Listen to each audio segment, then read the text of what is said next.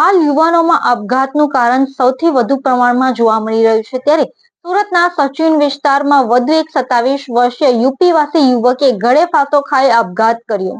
હાલ યુવાનોમાં આપઘાતનું પ્રમાણ સૌથી વધુ જોવા મળી રહ્યું છે। યુવાવસ્થામાં લોકોમાં દિન પ્રતિદિન આપઘાતના કિસ્સાઓ સૌથી વધુ સામે આવી રહ્યા છે ત્યારે સુરતમાં વધુ એક 27 વર્ષીય યુવકે આપઘાત કર્યો છે।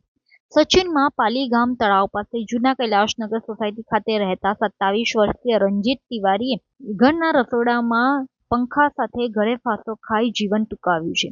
મૃતકના પરિવારે જણાવ્યું કે મૃતક યુવક મૂળ યુપીનો વતની છે। 1 મહિના અગાઉ જ યુપીથી સુરત આવ્યો હતો।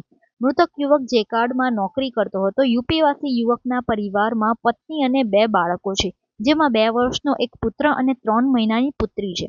યુવક થોડા સમય અગાઉ સુરતમાં પત્ની અને બાળકો સાથે રહેતો હતો, પરંતુ પત્ની સગર્ભા અવસ્થામાં હોવાથી તથા સુરતમાં પત્નીની દેખભાળ કરવા માટે કોઈ સંબંધી નહીં હોવાથી યુવક પત્ની અને બાળકને લઈ પોતાના ગામ પરત જતો રહ્યો હતો, જ્યાં પત્નીની ડિલિવરી બાદ બાળકીનો જન્મ થતાં 3 મહિના બાદ પત્ની અને બાળકોને પત્નીના પિયરમાં મૂકી ફરી કામ અર્થે યુવક સુરત પરત આવી ગયો હતો।